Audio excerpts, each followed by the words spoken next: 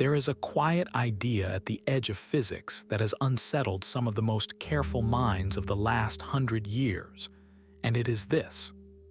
When the world faces a choice, it may not choose at all. It may take every path at once. Each time a particle could go left or right. Each time an atom could decay now or later. Each time a single outcome seems to settle out of many. The deeper mathematics of nature suggests that nothing is discarded.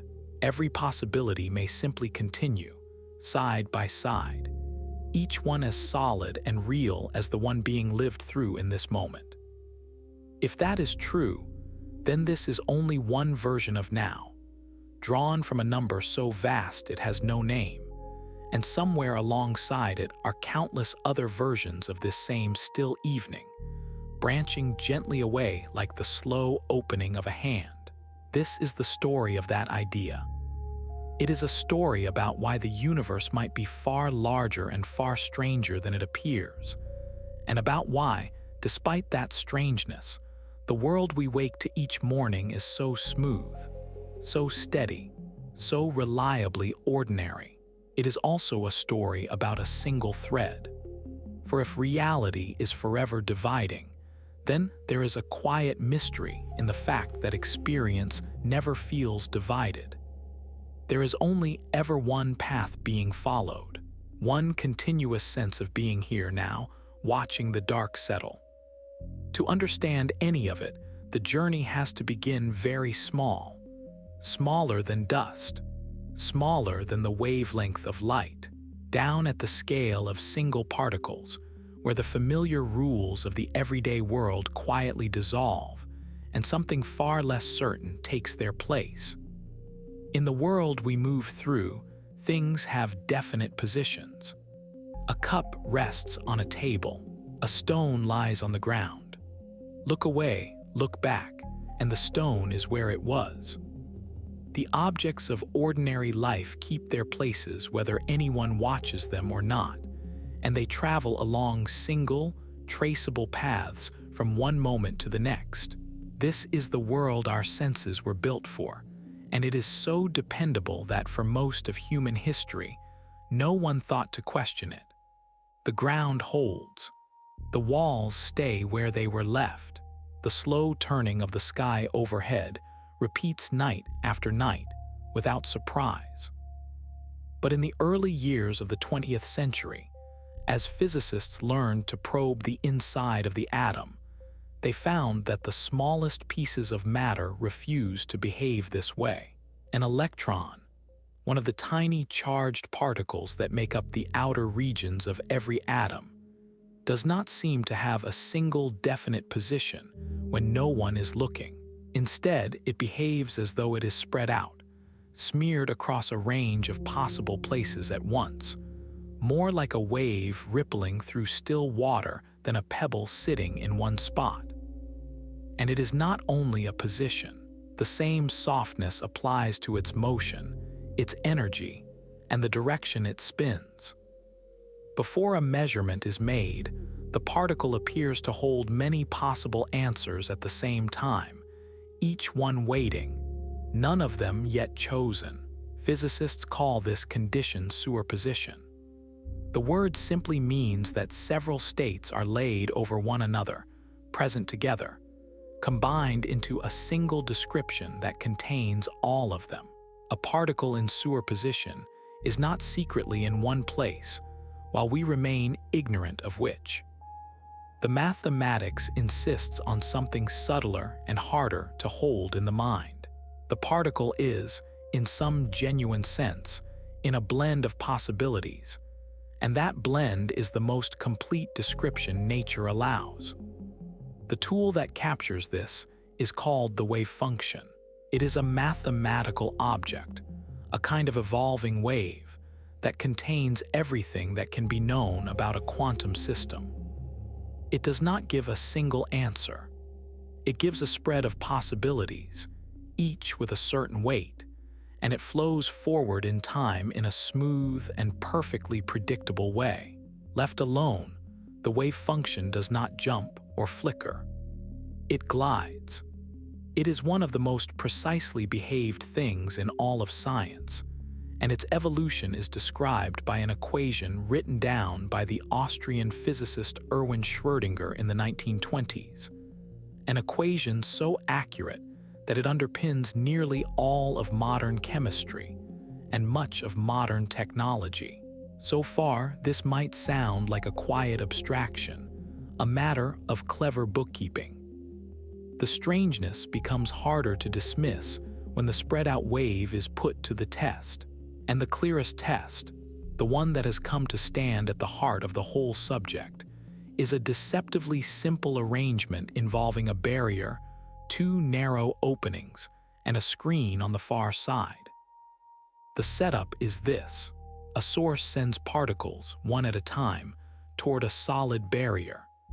In that barrier are two thin parallel slits, side by side, each one a possible doorway. Beyond the barrier stands a screen that records where each particle lands. Send through something ordinary, something like tiny grains or droplets, and the result is exactly what intuition expects. The grains pass through one slit or the other and pile up in two bands on the screen, one band behind each opening. Two doorways, two heaps. Nothing surprising in that. But send through electrons, one at a time, with long stretches of silence between each, and something far stranger gathers on the screen. Each electron arrives as a single point, a single small mark, just as a particle should. Yet as the marks accumulate, hour after hour, they do not form two simple bands. They form a pattern of many stripes, bright and dark in alternation, fading out toward the edges. This striped pattern is the unmistakable signature of waves. It is what happens when two waves overlap and interfere, reinforcing each other in some places and canceling in others. The way ripples spreading from two stones dropped in a pond will cross and weave into a lattice of crests and troughs. The trouble is plain once it is stated slowly. The electrons were sent one at a time. Each was alone in the apparatus, with no companion to interfere with. And yet the pattern that builds up is the pattern of interference, as though every single electron somehow passed through both slits at once and met itself on the other side. The wave of possibility, it seems, went through both openings, overlapped with itself, and only became a single definite mark when it struck the screen and was recorded. Curiosity pushes naturally toward a question. What if a small detector is placed at the slits, to watch which doorway each electron truly takes? When that is done, the experiment changes its character entirely. With a watcher in place, each electron is found to go through one slit or the other, never both, and the striped interference pattern fades and vanishes. In its place return the two plane bands, the ordinary result, the behavior of simple particles. The mere act of gaining information about the path appears to wash the waviness away and leave only solid, classical certainty behind. This is the puzzle that has shadowed quantum physics from its earliest days. The wave function spreads, explores every path, behaves like a wave of overlapping possibilities, and does so with flawless mathematical smoothness. And yet, whenever a measurement is made, a single outcome appears, sharp and definite, and the lovely spread of possibilities seems to collapse into one. Where do the other possibilities go? Why does looking change everything? And what, exactly, counts as looking? These questions have a name. They are gathered together under the phrase the measurement problem, and more than a century of brilliant work has not produced a single answer that everyone accepts. What there is instead is a small number of competing stories, each one an attempt to explain how the soft, many-valued quantum world gives rise to the hard, single-valued world of tables and stones and slow evenings. This story is mostly about one of those explanations, perhaps the boldest of them. But to feel its weight, the older and more familiar story has to come first. The most influential of the early explanations grew up around the Danish physicist Niels Bohr and the circle of thinkers who gathered near him in the city of Copenhagen during the 1920s and 30s. It is usually called the Copenhagen interpretation, though it was never a single tidy doctrine so much as a family of related attitudes, refined over years of long argument. At its core lies a sharp division of the world into two realms. On one side sits the quantum system, small and delicate, described by the spreading wave function with all its overlapping possibilities. On the other side sits the measuring apparatus, large and definite, part of the everyday world, the world of dials and marks and recorded results. In this view, the wave function tells the truth right up until the instant of measurement. The particle really is spread across its possibilities, really does explore both slits, really does hold many answers at once. But at the moment a measurement takes place, something abrupt occurs. The wave function collapses. All the possibilities but one fall away, and a single outcome crystallizes into being.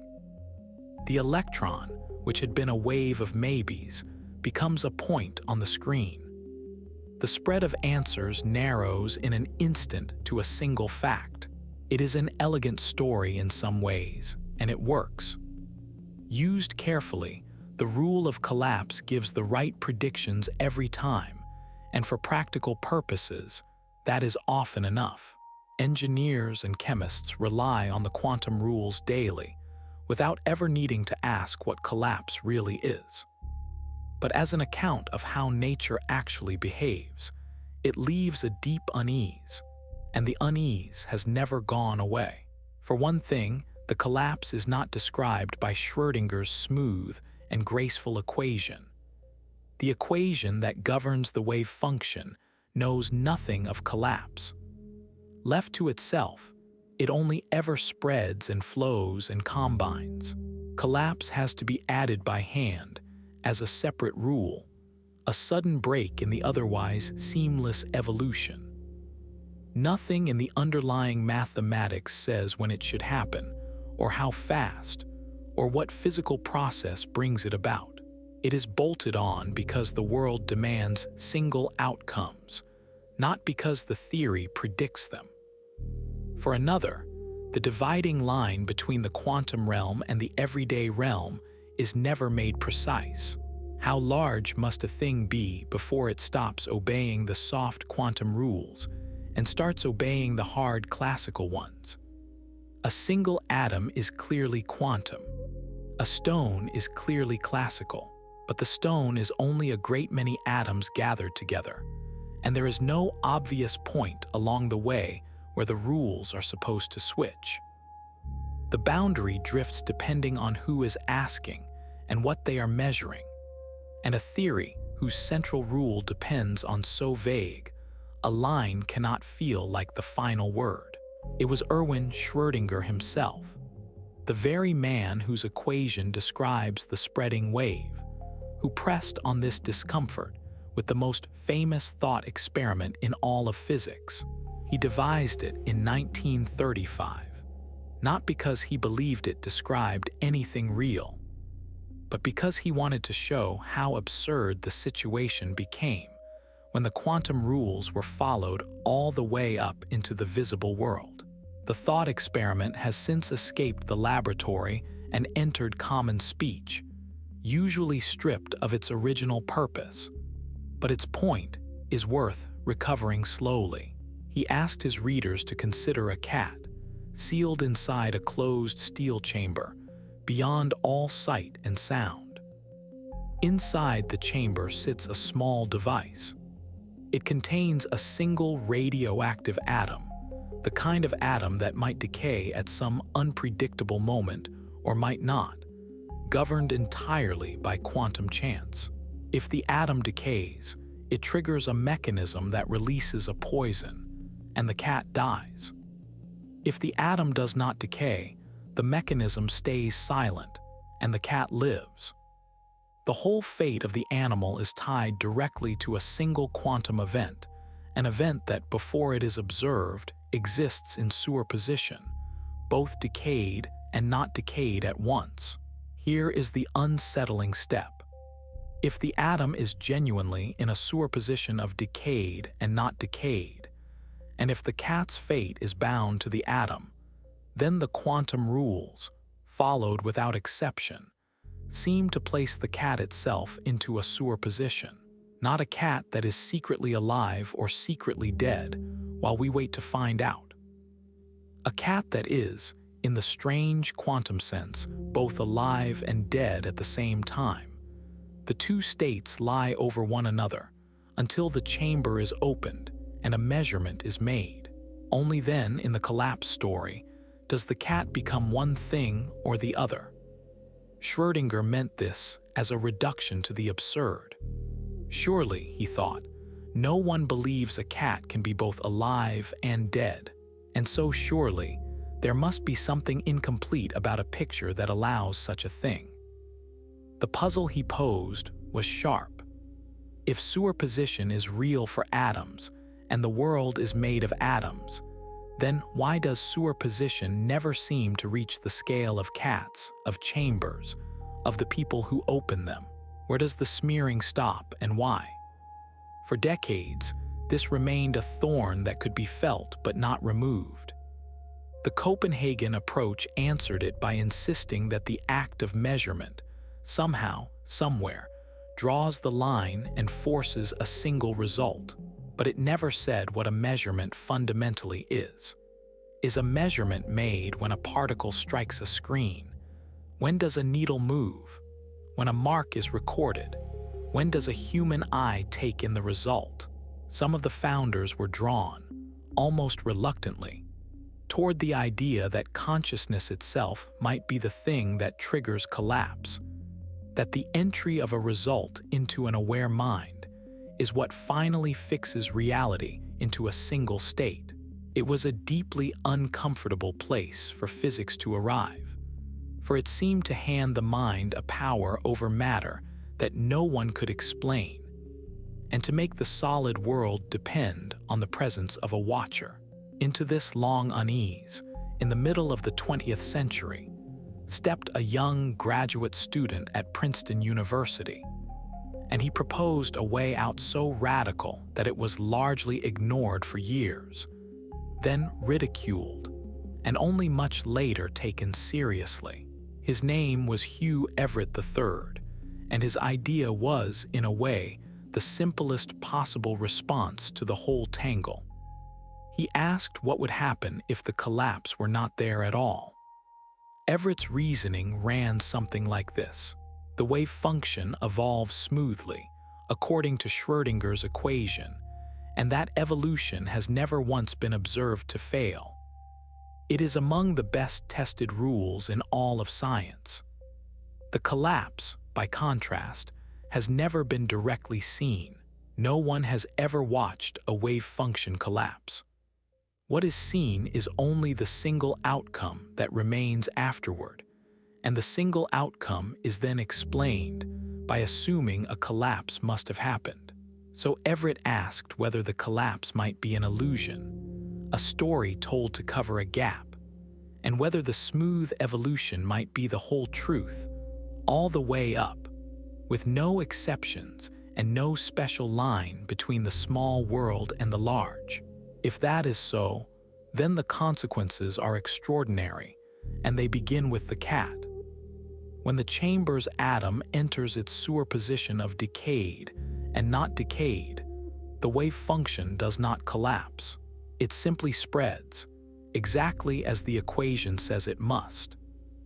The atom's two possibilities flow outward and entangle with the mechanism, and the mechanism's two possibilities flow outward and entangle with the cat, so that the wave function now contains two full strands woven together.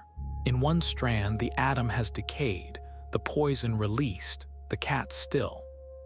In the other, the atom holds, the poison sealed, the cat breathing. Neither strand is more real than the other. Both are simply present in the single great wave function, carried forward together. And when at last the chamber is opened, and a person looks inside, the collapse still does not come.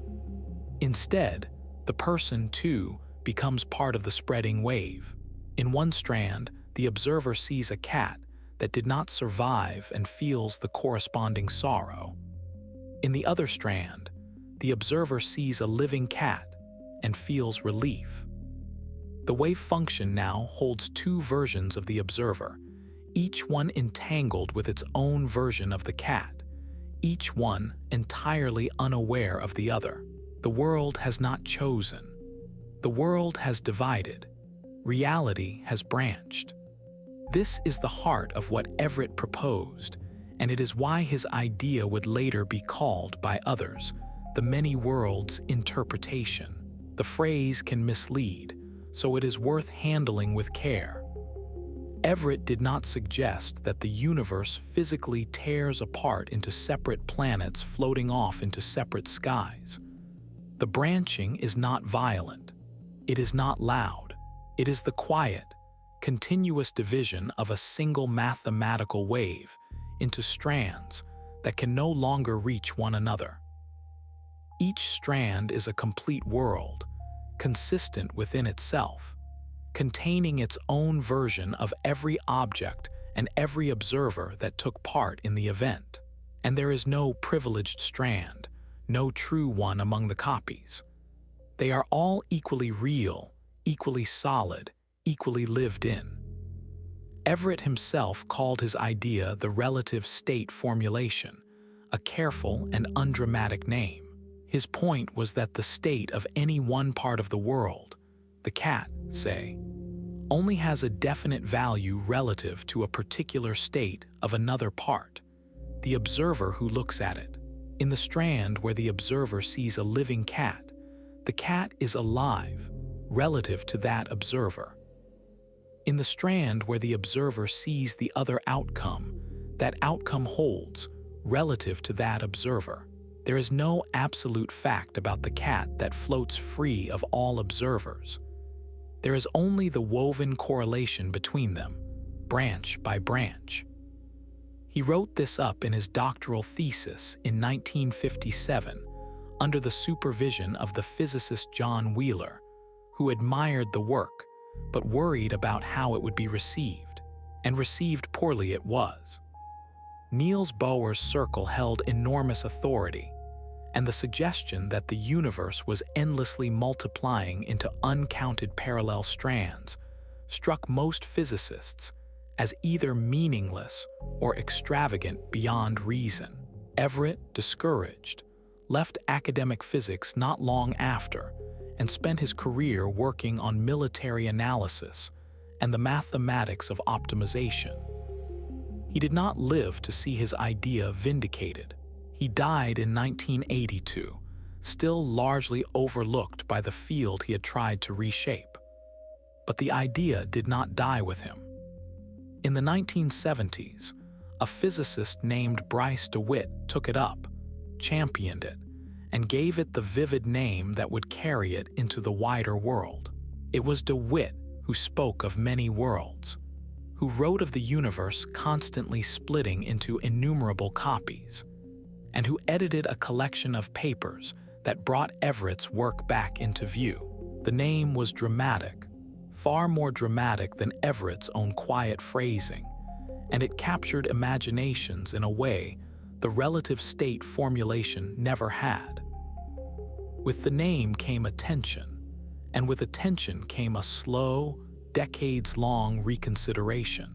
There remained, though, an enormous and obvious objection, and it is the same objection that troubled Schrödinger from the start.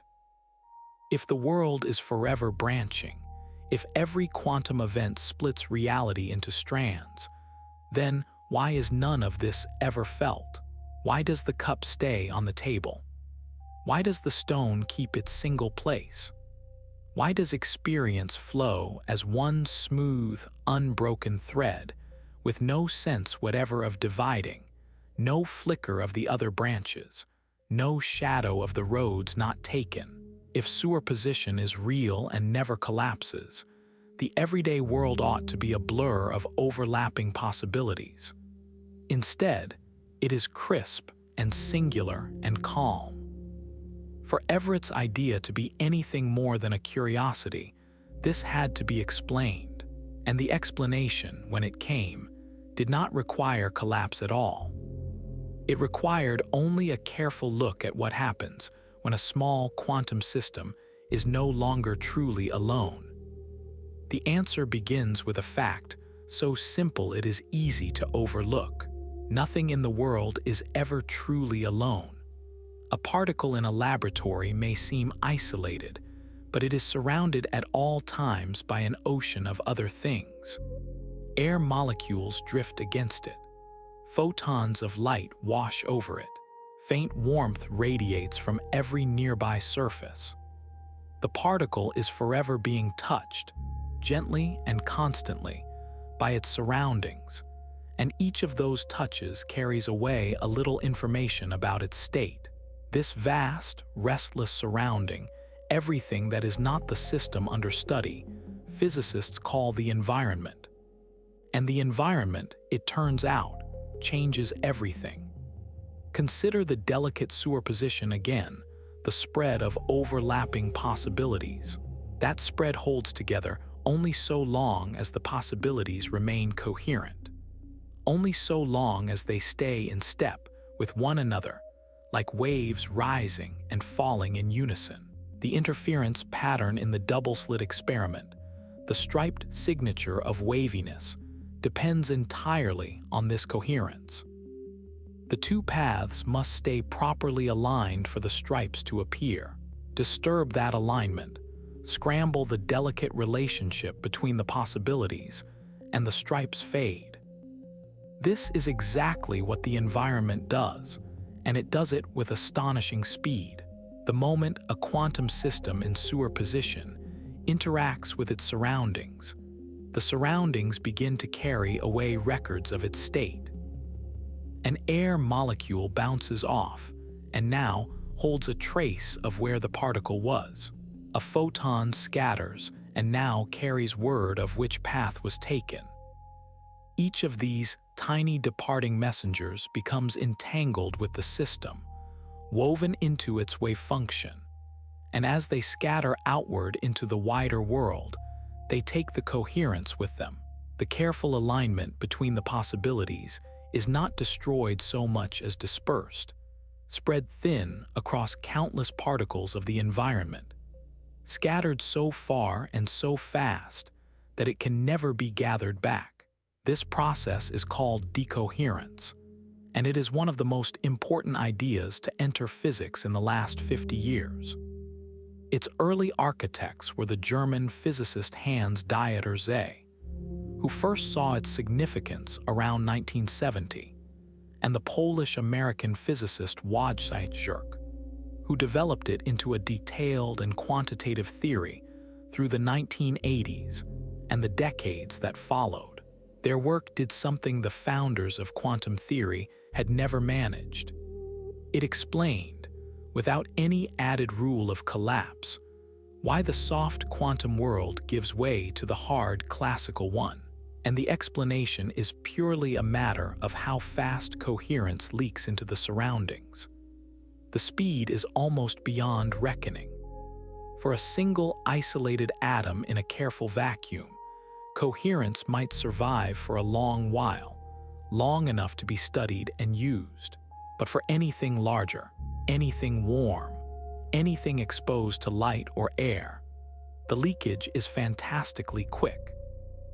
A speck of dust floating in a sunbeam, if it were somehow placed into a superposition of two slightly separated positions, would lose its coherence to the surrounding light, and air in a time so short that it has more zeros after the decimal point than there are heartbeats in a human life.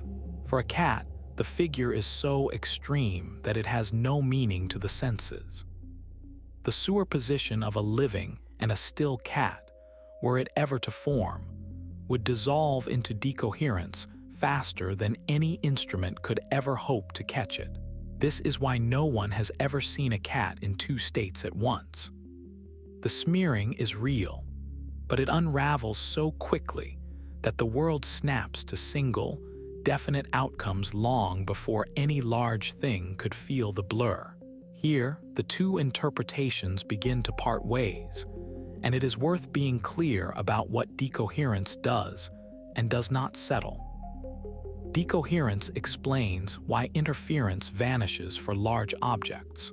It explains why the everyday world looks classical, why the cup stays on the table, and why the stone keeps its place. It explains the appearance of a single sharp outcome. What it does not, by itself, explain is why one particular outcome is the one that gets experienced rather than another. Decoherence tells you the branches stop interfering and become independent. It does not, on its own, tell you why you find yourself on this branch, and not that one. That deeper question is where the interpretations still divide, and it is a question to return to slowly. But within Everett's picture, decoherence does something beautiful. It gives the branches their shape, and it makes them stable. When the wave function spreads into entanglement with the environment does not record just any old states. It records and reinforces a particular set of states, the ones that survive its constant monitoring without being scrambled. Schur gave this selection process a name. He called it einselection, a contraction of environment-induced superselection, an awkward word for a graceful idea. The environment, by ceaselessly measuring the system, picks out a preferred set of states, the states that are robust under all that measuring, the states that keep their identity even while being touched on every side. These favored, robust states have their own name. They are called pointer states, after the pointer on a measuring dial, because they are the states that survive long enough to leave a clear and lasting record. A pointer state is one that the environment cannot easily blur, one that stays well defined even while photons and air molecules stream against it. For a large object, the pointer states are the ones with definite position, which is why the everyday world is made of things in definite places, rather than things smeared across many places at once. The environment is allergic to position superpositions of large things, and it stamps them out almost instantly, while leaving definite positions untouched. That is why the classical world looks the way it does. It is the residue of what the environment allows to survive. And this is the precise meaning behind the idea at the center of this story, the idea of stable branches. The branches of the universal wave function are not arbitrary. They are not chosen at random or carved out by a watching mind. They are selected by the environment itself through the relentless, automatic process of decoherence and einselection. The branches that endure are the stable ones, the robust ones, the ones built from pointer states that the surroundings reinforce rather than erase. A branch in which a cat is definitely alive, and a separate branch in which it is not, are both stable because each is a clean classical configuration that the environment is happy to record and preserve. A blurred in-between branch, a cat smeared across both states, is not stable. The environment dissolves it almost as soon as it could form. And so the world divides cleanly, along the natural seams that decoherence draws, into branches that are sharp, classical, and lasting. This reframes the whole picture in a way that drains it of its mysticism. There is no need for a conscious observer to collapse anything. There is no need for a magic line between the quantum and the classical. There is only the wave function, spreading smoothly as it always has, and the environment constantly weaving itself into that wave function and selecting out the stable, classical strands. Branching is not a special event that happens when someone looks. It is happening everywhere, all the time, in every interaction between a system and its surroundings, in numbers beyond counting, in the depths of stars and the cores of planets and the cold reaches between galaxies. Whether or not any living thing is present to witness a single strand of it, it is worth pausing on the kind of chance that drives all this, because it is unlike any other chance in nature. When a coin is tossed, the outcome only seems random.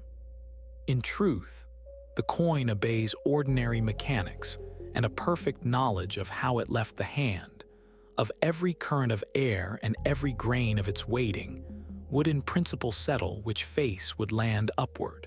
The randomness of the coin is a randomness of ignorance, a gap in knowledge that could, in theory, be closed. Quantum chance is something else entirely.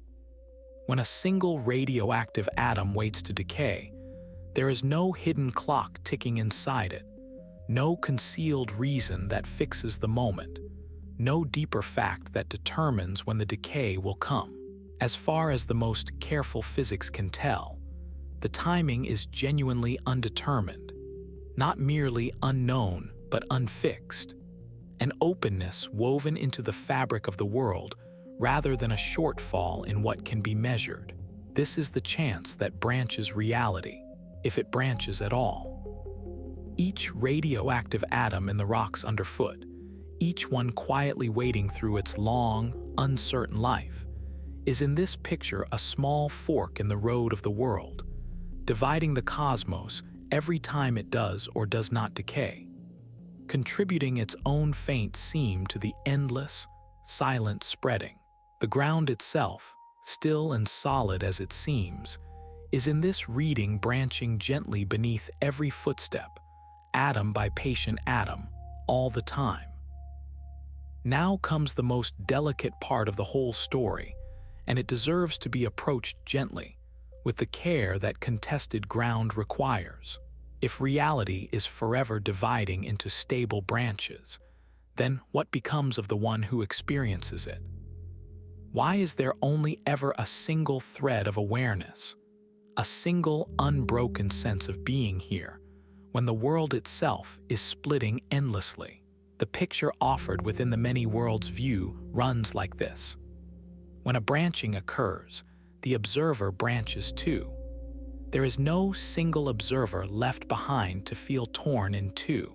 Instead, there are now two observers, each a full and complete version of the original, each carried into a different branch, each with a continuous set of memories leading up to the moment of division, and a continuous sense of self leading away from it.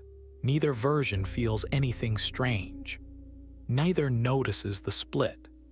Each simply finds itself in a single, definite world, with a single, definite outcome, and a memory of a past that flows smoothly into the present. The branching is invisible from the inside precisely because there is no one inside who straddles two branches. Awareness goes with the branch. It does not hover above the division, watching the world come apart. It rides one strand smoothly, all the way through. This is the sense in which it can be said that consciousness follows only stable branches. A conscious observer, being a large, warm, complicated physical thing, is subject to decoherence as much as anything else.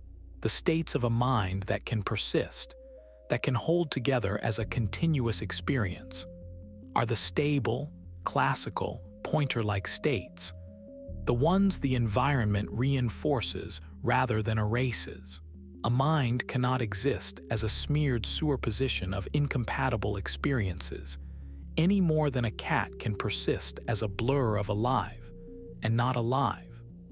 Such a blurred mind state is not stable, It dissolves into decoherence before it could ever be felt.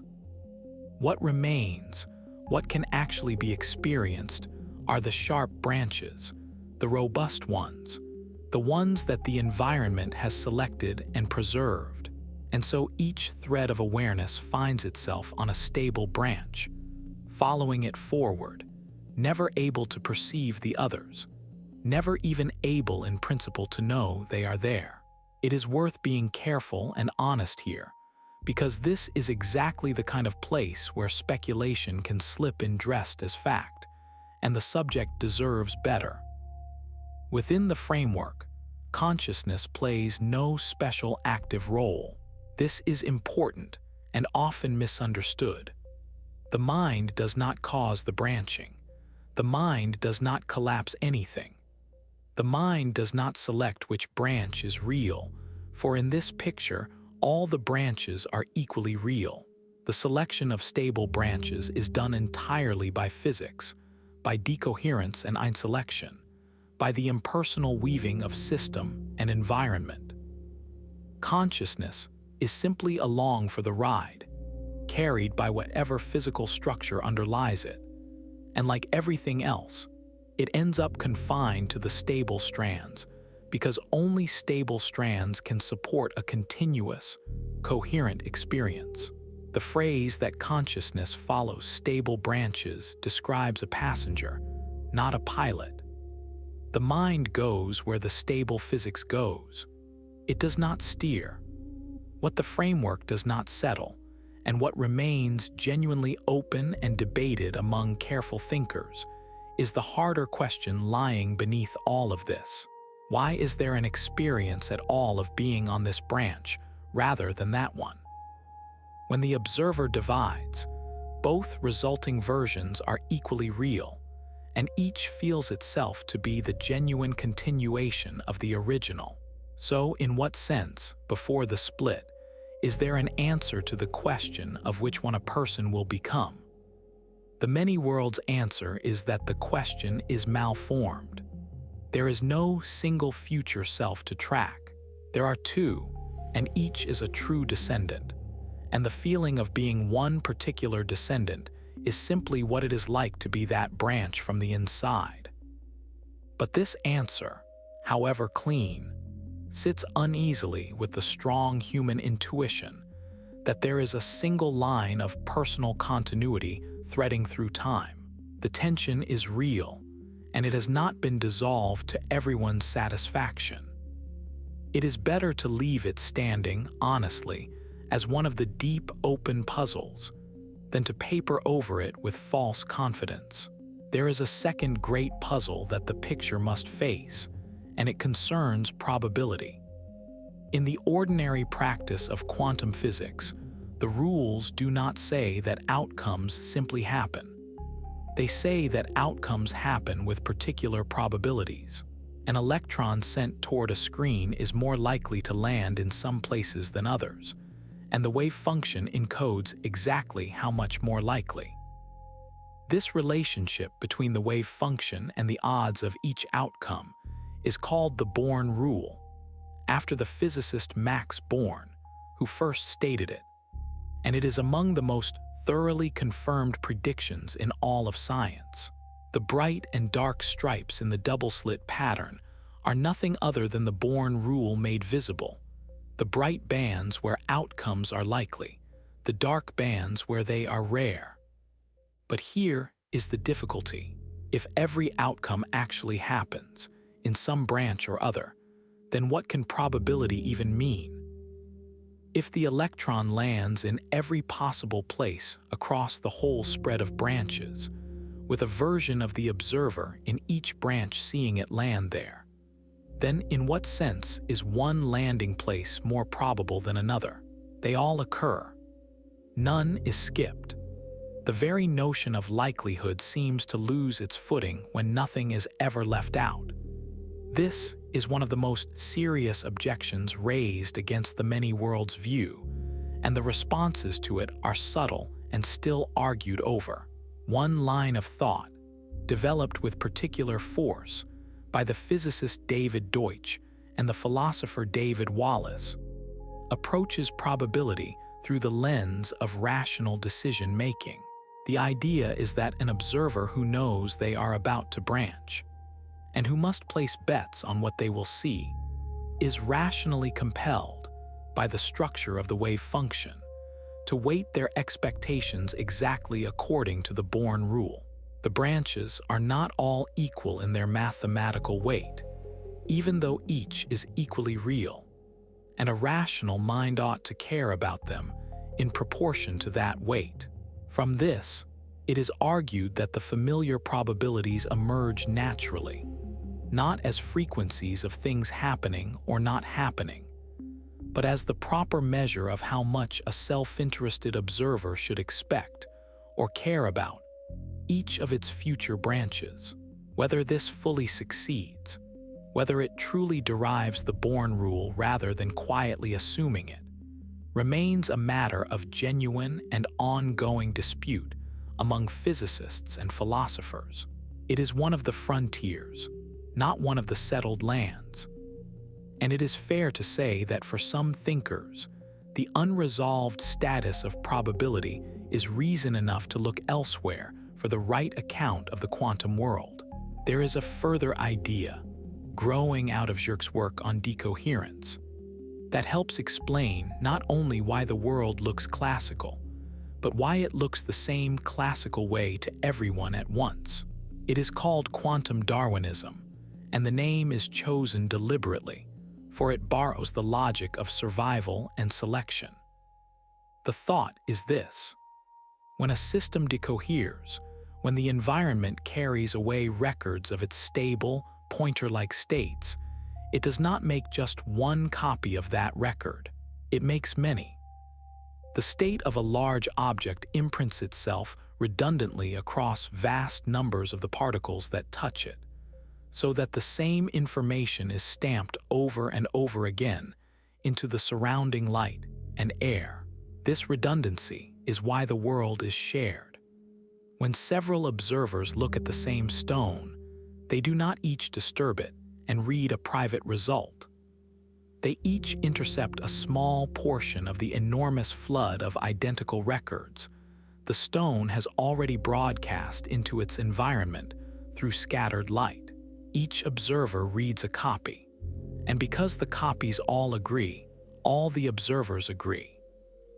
The classical world is, in this view, the part of the quantum world that has copied itself so widely into its surroundings that many can read it without disturbing it and without disagreeing.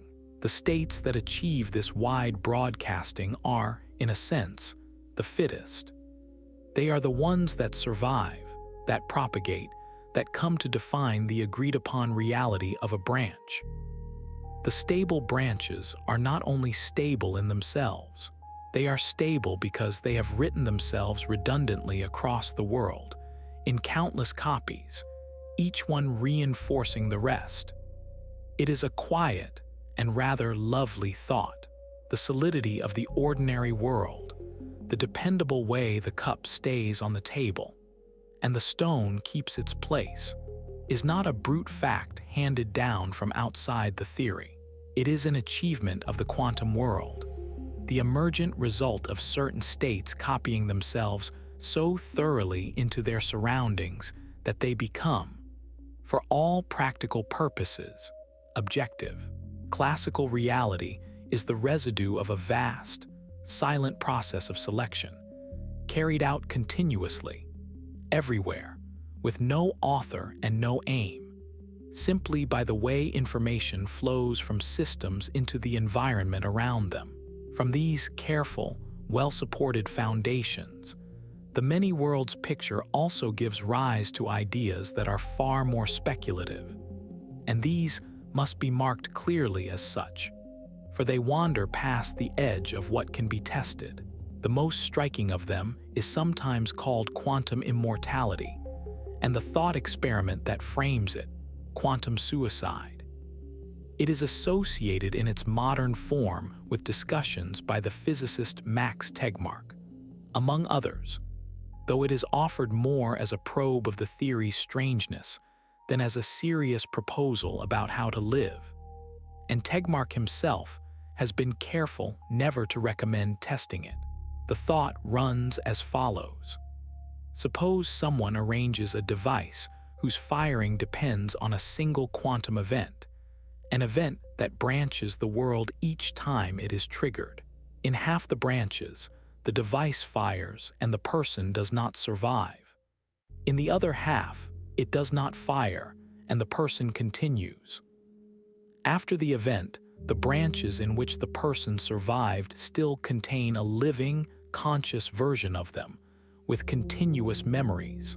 The branches in which they did not survive contain no version of them at all to notice anything.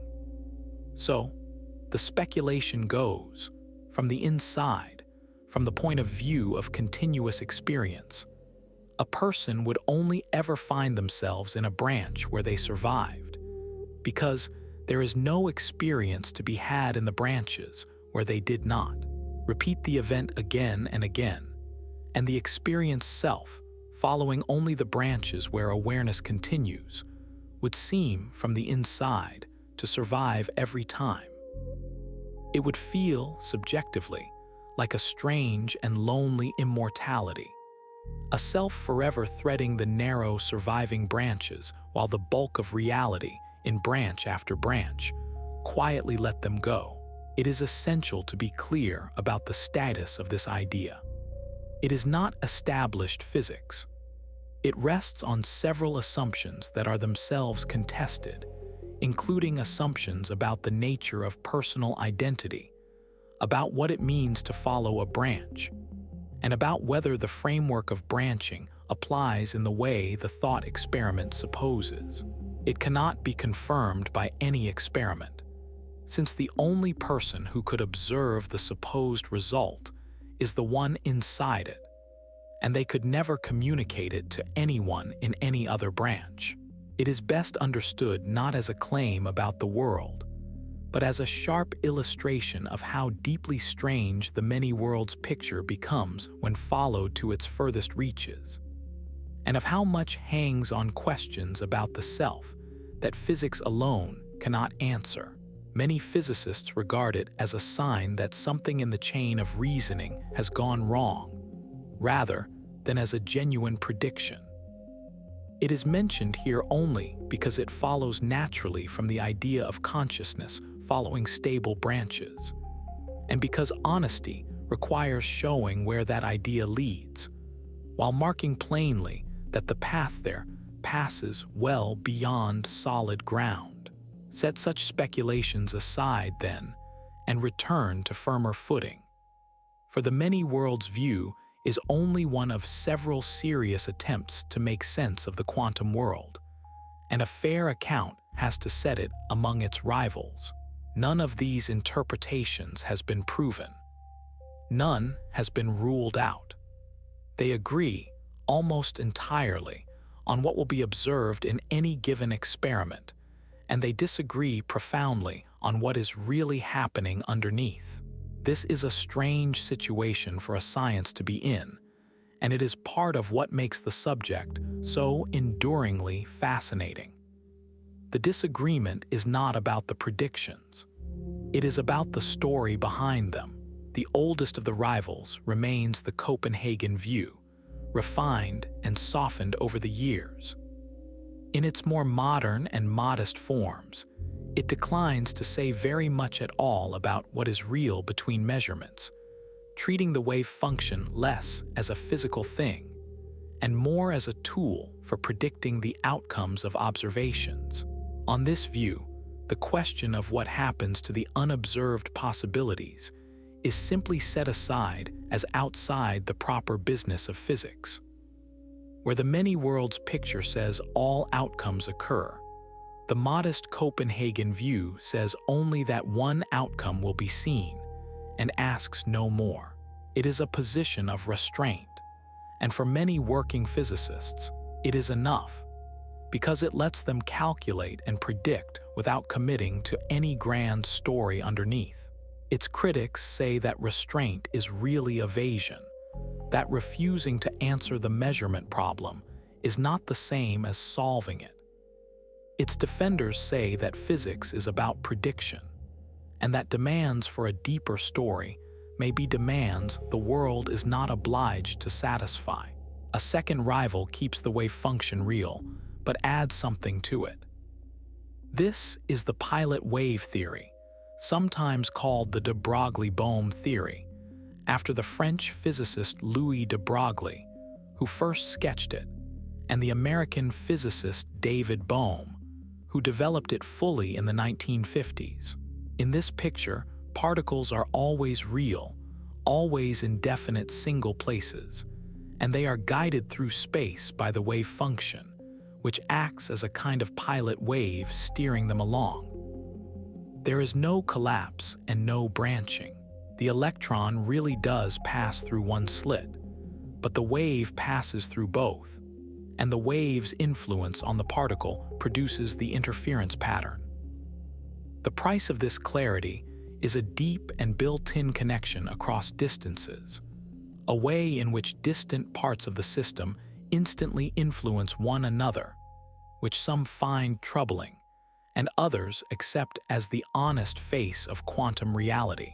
The pilot wave theory gives a single, definite world, with no multiplying branches, at the cost of these long-reaching connections, and a certain mathematical awkwardness when extended to the full machinery of modern physics. A third family of rivals takes the boldest step against the smooth equation.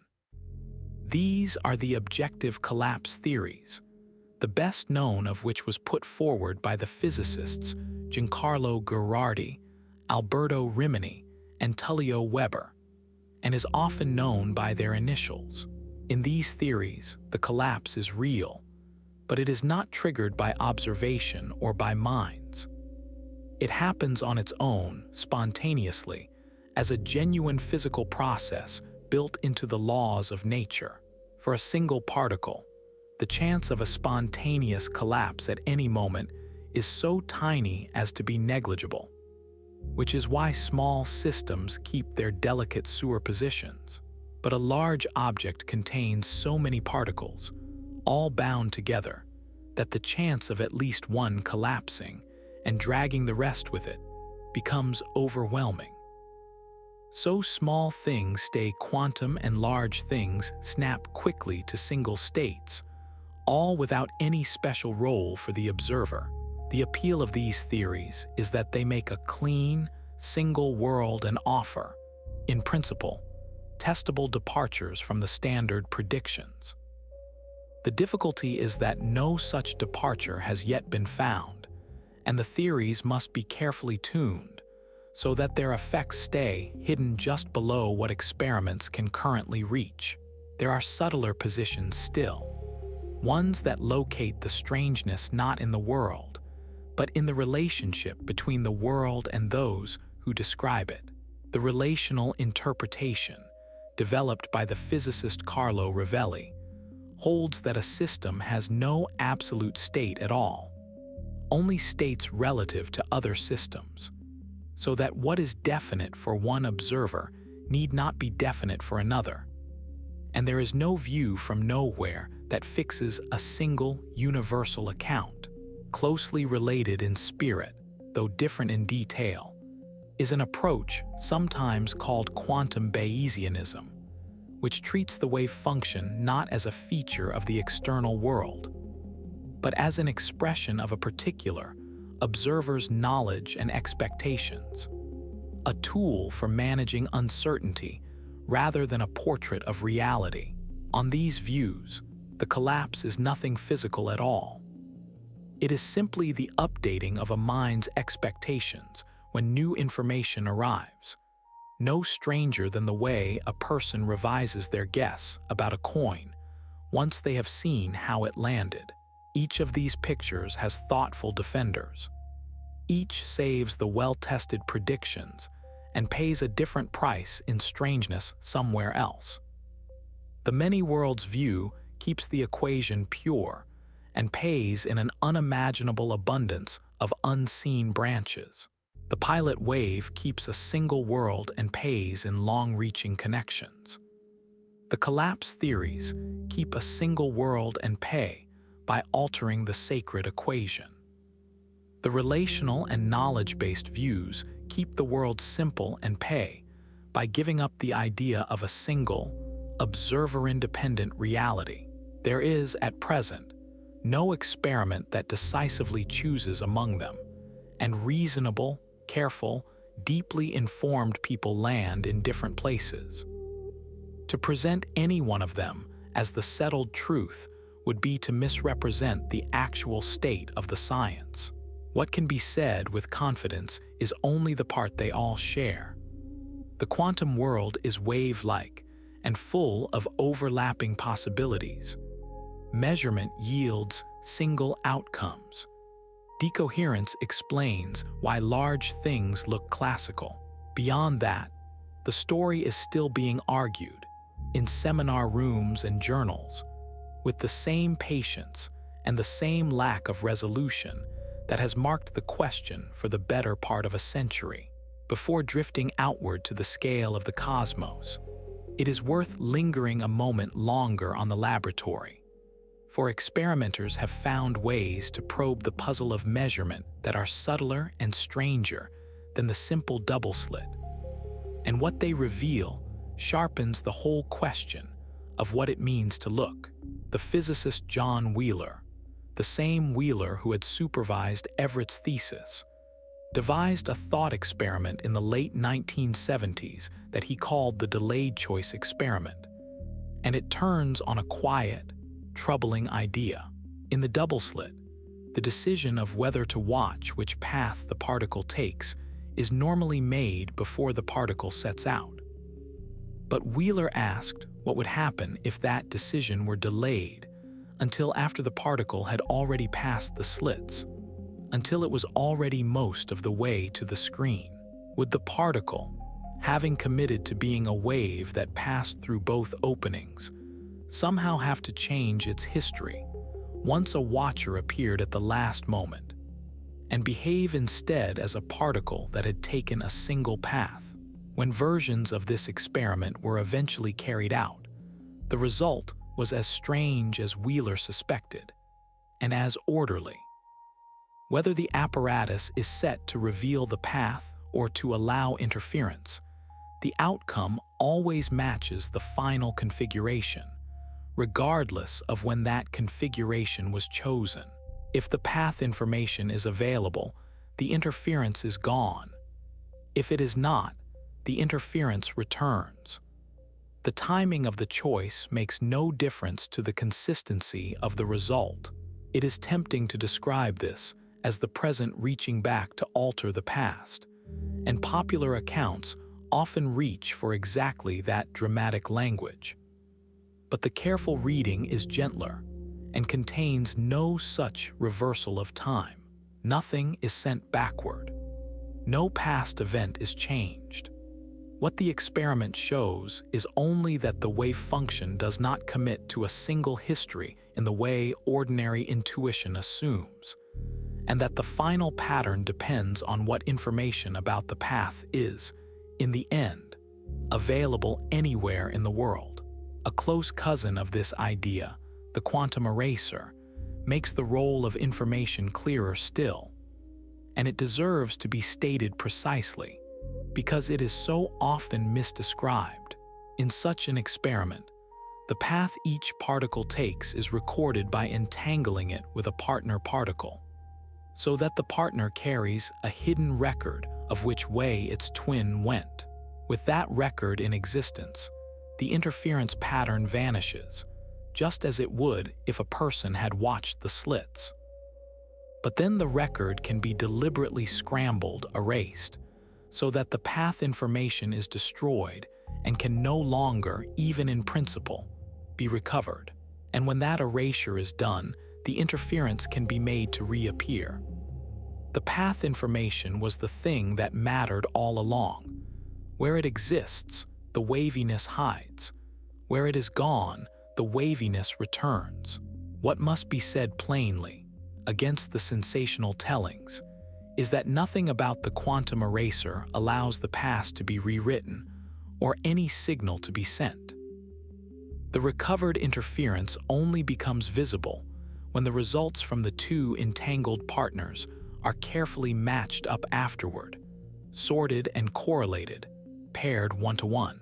Looking at the particles on the screen alone, with no knowledge of their partners, one sees no pattern at all, only an even smear. The order is hidden in the correlations, and the correlations can only be read by bringing the two sets of records together after the fact. There is no spooky message arriving from the future.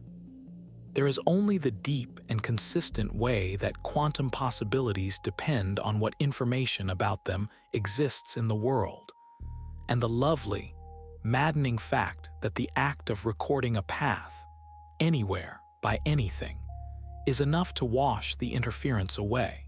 Each interpretation tells its own version of what is happening in these experiments, and once again, they agree on every prediction and differ only on the story. The many worlds view says there is no mystery of timing at all, that the wave function simply branches according to what records exist, and that the observer ends up correlated with whatever branch the available information defines, no matter when the choice was made. The collapse and Copenhagen views speak of when the result becomes definite.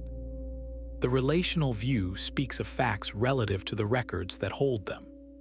But beneath all the tellings sits the same firm and tested fact that the soft quantum world keeps its waviness only so long as no record of the path survives, and that the existence of such a record somewhere is what draws the definite classical world into being.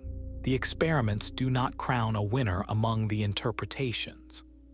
They only deepen the wonder and show that the question of what it means to measure reaches further and stranger than the founders ever guessed. Suppose, though only for the length of this quiet hour, that the many worlds picture is the true one, and let the mind drift across what that would mean for the universe as a whole. For the branching, if it is real, it did not wait for life to arrive. It did not wait for laboratories or for thought. It has been happening since the very beginning, in the first unimaginable moments after the universe began to expand and cool, when everything that exists was packed into a space smaller than thought can follow. Even then, in that dense and formless dawn, quantum events were resolving by the uncountable trillion, and each one, in this picture, was a seam along which reality divided. The structure of the cosmos itself, the great pattern of where galaxies would gather and where the long voids would open, is thought to have grown from tiny quantum fluctuations in those first moments, stretched to enormous size by the swift, early expansion. This is among the most quietly staggering ideas in all of cosmology, and it rests on solid and well-tested ground. In the earliest fraction of a second, according to the leading account, the infant universe is thought to have undergone a brief and fantastically rapid swelling, an episode given the name inflation, during which it grew by an amount almost impossible to write down. Before that swelling, the universe was small enough that quantum uncertainty held sway over it, and tiny random ripples, the same kind of irreducible quantum jitter that keeps a particle from ever sitting perfectly still, dappled the young cosmos with faint unevenness.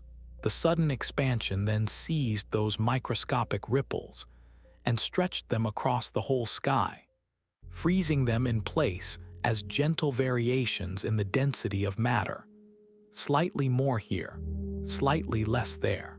And over the billions of years that followed, gravity went patiently to work on those faint differences, drawing matter toward the denser spots, hollowing out the thinner ones, until the slightly dense places had gathered into galaxies and clusters of galaxies, and the great glowing webs of them that stretch across the observable universe, while the slightly thin places had opened into the vast dark voids between. the largest structures that exist, spanning distances that light takes hundreds of millions of years to cross, are thought to be the grown-up descendants of quantum ripples once smaller than an atom. The very faint patterns in the oldest light in the sky, the afterglow left over from the universe's hot beginning, have been mapped in fine detail, and they match what such an origin would predict. If the many worlds view holds, then each of those primordial quantum ripples was also a branching, and the particular pattern of galaxies that fills this sky is only one of an unimaginable number of patterns, each grown from a different roll of the quantum dice in those first instants, each spread across its own branch, each as real and as old as this one. If the many worlds view holds, then the particular arrangement of galaxies overhead, the particular places where the light gathers, and the particular places where the dark stretches empty, is only one branch among a measureless number, each with its own arrangement, each with its own slightly different sky. Carry the thought outward into deep time and deep space, and the scale of it grows past any hope of grasping. Consider a single ordinary star, one among the several hundred billion that drift within this one galaxy, itself one among the trillions of galaxies thought to fill the observable universe. Within the core of that star, hydrogen is being fused into helium, and the fusion proceeds through quantum events, through particles tunneling across barriers they could never cross by the rules of the everyday world. Each of those events in the branching picture divides the world. A single star over a single second hosts more such divisions than there are stars in all the galaxies that can be seen, and the star burns not for a second but for billions of years, and it is one star among numbers that exhaust the imagination. The branching, if it is real, is not rare and is not occasional. It is the constant background texture of existence, finer than the finest grain, happening always and everywhere, in the hearts of stars and the cold of the void alike, in numbers beside which every large figure ever spoken aloud is as nothing, and yet none of it makes a sound. This is perhaps the most striking thing of all. If the universe is dividing without pause in the depths of every star and the spaces between them, it does so in perfect silence. There is no crash of worlds parting, no shudder felt anywhere, no sign whatever in the calm face of the night. The branches glide apart without friction, each one carrying its own complete and self-consistent cosmos forward, each one unaware of the others, each one as quiet as this room. The vast multiplication, if it happens in a stillness deeper than any stillness the senses have ever known. The night sky overhead would look exactly as it looks now, whether the world were branching endlessly or not at all. The two pictures are, from the inside, indistinguishable. The silence is the same silence either way. There is a strange comfort hidden in that silence, and it is worth dwelling on slowly, for it touches something near the heart of why this idea unsettles and consoles in equal measure. In the branching picture, nothing that can happen is ever truly lost. Every possibility that the laws of nature allow is realized somewhere, in some stable branch, carried forward and made real. The road not taken is not erased. It is taken, fully, by another version of the world, threading its own way forward in a strand that this one can never reach. Every star that might have formed somewhere, every arrangement of the heavens that might have been is, in some branch, exactly as solid as this one. The universe, on this view, does not choose. It keeps everything. It is a strange kind of abundance, a fullness so complete that nothing is ever spent. But the same thought, turned slightly, becomes harder to hold. For if every possibility is realized, then so is every loss, every parting, every sorrow that the laws allow. The abundance is not gentle. It contains all the worlds where things went well and all the worlds where they did not, side by side, equally real, equally lived in. There is no editing, hand-selecting the kind branches and discarding the cruel ones. There is only the wave function, spreading without preference, and decoherence drawing its clean seams through all of it alike. Whatever consolation the picture offers, it offers without sentiment, and a clear eye has to hold both faces of it at once. The fullness is total. It withholds nothing, and it spares nothing. Return now from the scale of stars to the scale of a single life, a single evening, a single mind settling toward rest, for it is here that the idea presses most closely. Whatever the universe is doing in its vast and silent multiplication, experience itself remains stubbornly, beautifully single. There has never been a moment of awareness that felt divided. There has never been a memory of being two people at once. The thread of being is unbroken from the inside, smooth as still water, each moment flowing into the next without seam or split.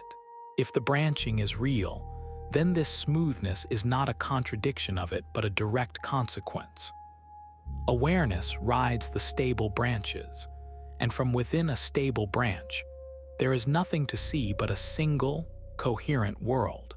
The split happens, if it happens, beneath the level at which anything can be felt. This casts the old idea of the road not taken in a new and quieter light. In ordinary life, the roads not taken are imagined as absences, as paths that closed, as possibilities that dimmed and were gone. The branching picture, if true, would say something stranger and softer. The road not taken was taken by a version of the self that is just as real, just as continuous, just as convinced of being the true one. There is no ghostly might-have-been hovering at the edge of things. There is, instead, an actual self in an actual world, who made the other choice and walked the other way, and who is no more and no less the genuine person than the one here, now, growing drowsy in the dim. Neither is the original. Both descend from the same past. The branching does not produce a real self and a shadow. It produces two reals and lets them drift apart forever, each blind to the other. There is a kind of peace available in that thought, if one is willing to hold it loosely, and without insisting it be true. The weight of a single choice lightens a little when one considers that every choice, in this picture, is made every way. The pressure to have taken the right path eases when every path is taken. This is not a license for carelessness, for the self that is here still feels its own branch fully, still bears its own consequences, still lives the one life it can perceive. But the cosmic loneliness of a single irreversible choice softens against the background of a world that, on this reading, leaves nothing out and forecloses nothing. The mind can rest a moment in that vastness, the way it might rest beneath a dark sky full of stars, feeling small in a way that is not frightening but quieting. And it is worth saying again, gently, that all of this rests on an interpretation that has not been proven and may never be. The branching may be real, it may not. The single, unbranching world of the collapse theories may turn out to be the truth, and all these other selves may be only a mathematical mirage, a feature of the equations with no counterpart in the world. No one yet knows, and it is possible no one ever will, for the very nature of the branches, if they exist, places them forever beyond reach. The other selves, if they are there, can never be visited, never contacted, never confirmed. They are at once perfectly real, in theory, and perfectly inaccessible.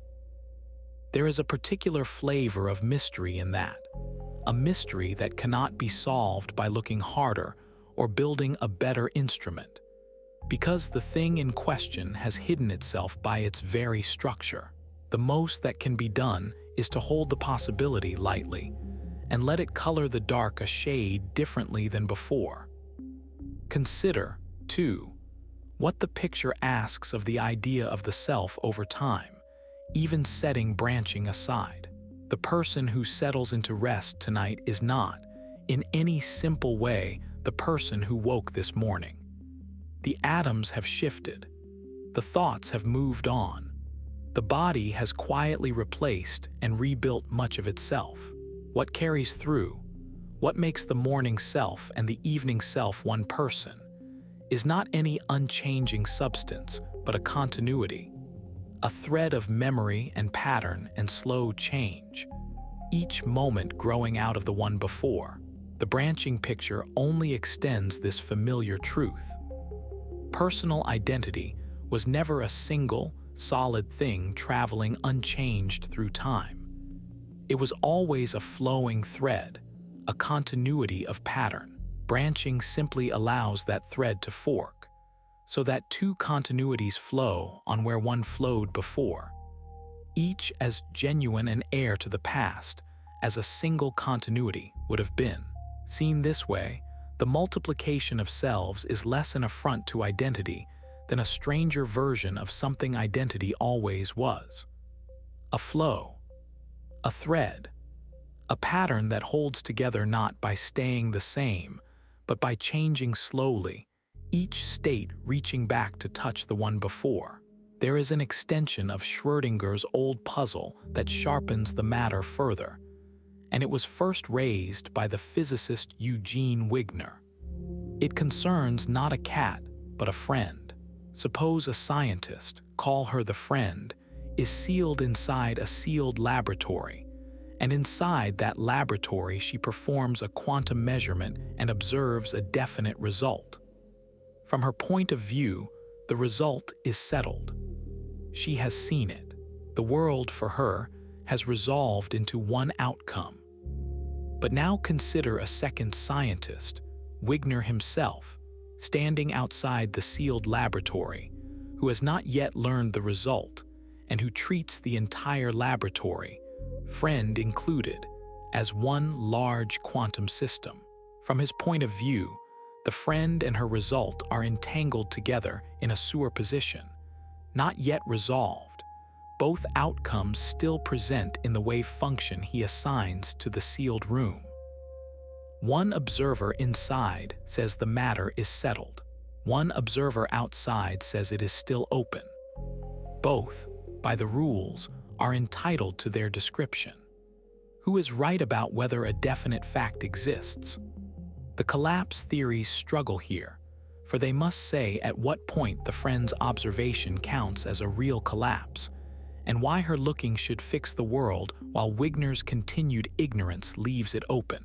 The relational and knowledge-based views embrace the tension, accepting that facts can be definite relative to one observer and open relative to another, with no single absolute answer. And the many worlds view dissolves the puzzle in its own characteristic way, by saying that there was never any collapse for either of them, that the friend simply branched along with her result inside the room, and that Wigner, when he finally opens the door, branches too, joining whichever strand of his friend he comes to share. There is no contradiction because there is no single fact to disagree about. There are branches, and each observer is correct within the branches they inhabit. The thought experiment, like the cat before it, does not decide between the pictures. It only makes their differences vivid and shows how each must pay its own price to keep the world consistent. One question that long troubled Everett's idea, and that decoherence quietly answered, deserves a fresh look, for it is subtle and easy to miss. If the world branches, then along what lines does it branch? Why does it divide into a branch where the cat is alive and a branch where it is not, rather than into branches built from some strange blend of the two, some mixture that no one ever experiences? The wave function, after all, can be sliced in countless mathematical ways, and most of those slicings would correspond to no sensible classical world at all. This is known as the preferred basis problem, the puzzle of which particular set of branches nature actually picks out from the endless ways the wave could, in principle, be divided. Without an answer, the many worlds picture would be hopelessly vague, unable to say what the branches even are. Decoherence is the answer, and this is much of why it transformed the subject from a curiosity into a serious contender. The environment, through einselection, does not permit just any slicing. It picks out the stable, classical basis, the one built from definite positions and definite outcomes, because that is the basis the environment can monitor and reinforce without scrambling. The strange blended branches are not stable. They decohere instantly, dissolving back into the classical ones. So the world branches along the seams that decoherence draws, and those seams correspond precisely to the sensible classical configurations. The cat alive or the cat still, never the meaningless blur between. The preferred basis is not chosen by hand or by mind. It is selected by the physics of the environment, automatically, everywhere.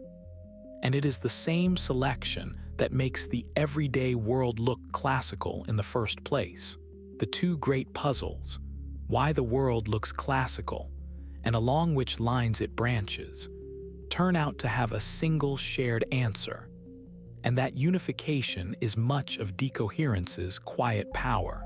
It would be wrong to leave the impression that the many worlds view sits at the margins of physics, dismissed by all but a few. Its standing has shifted a great deal since the days when Everett left the field in discouragement. Decoherence gave it a firm mechanism.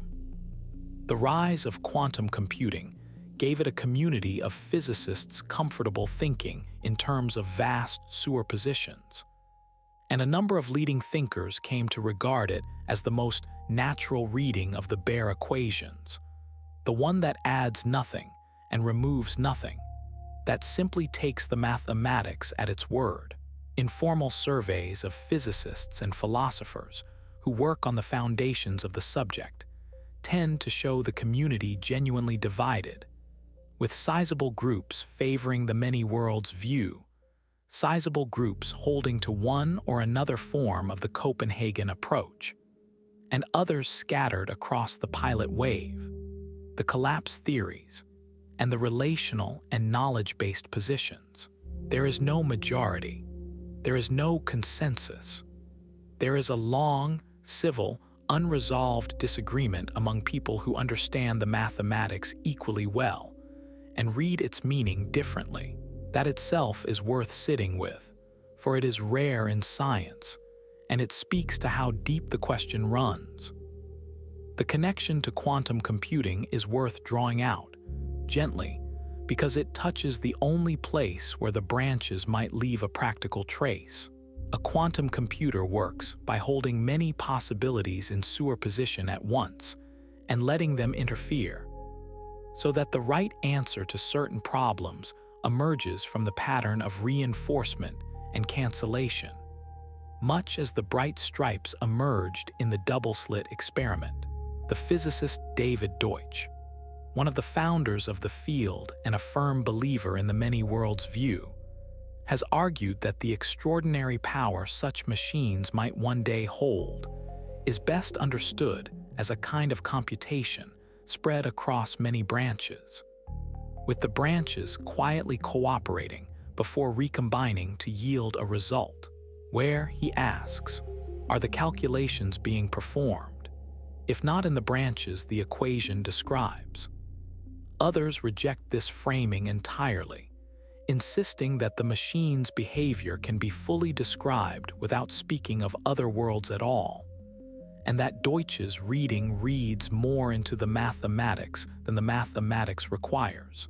The disagreement is, once again, not about what the machine will do, for on that everyone agrees. It is about what story best explains why it works. Even here, at the cutting edge of technology, the old interpretive question follows along, unresolved, asking what is really happening beneath the predictions.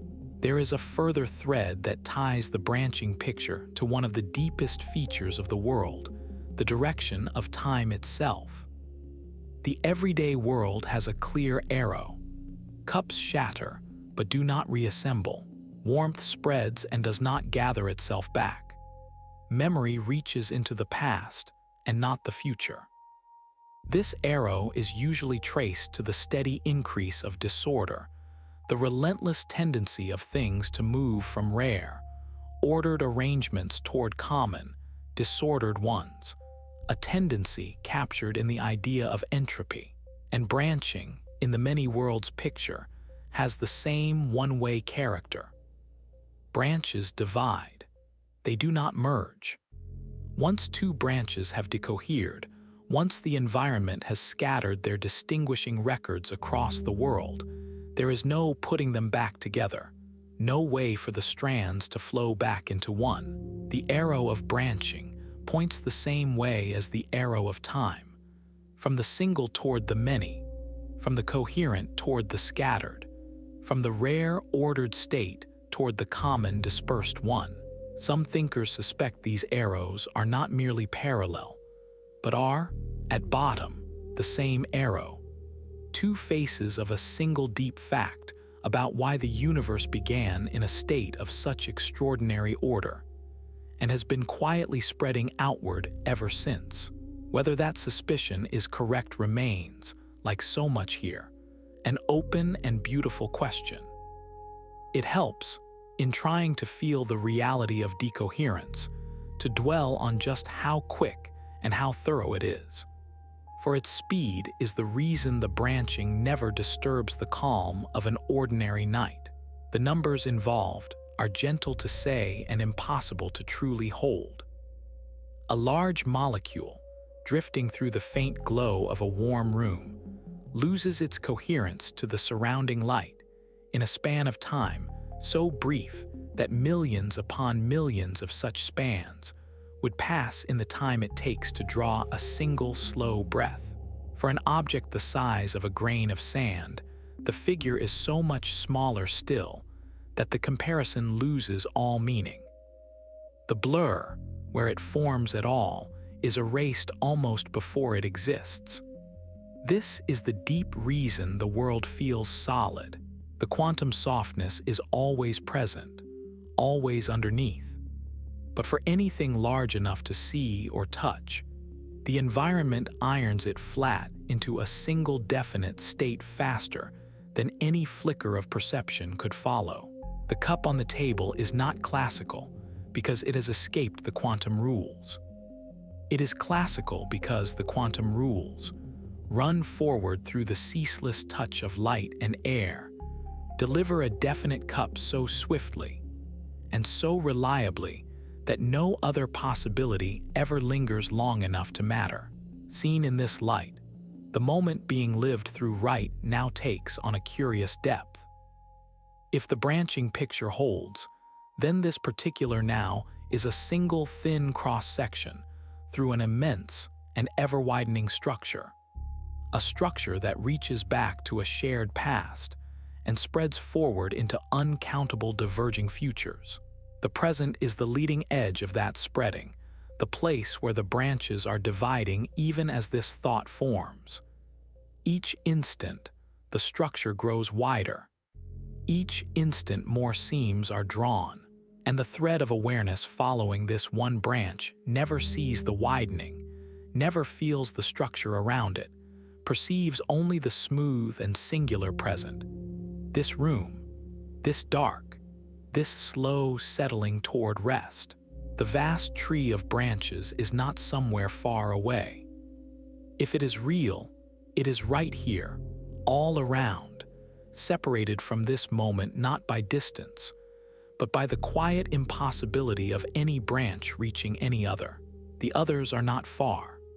They are simply unreachable, which is a different and stranger kind of separation than mere distance, for no journey could ever cross it.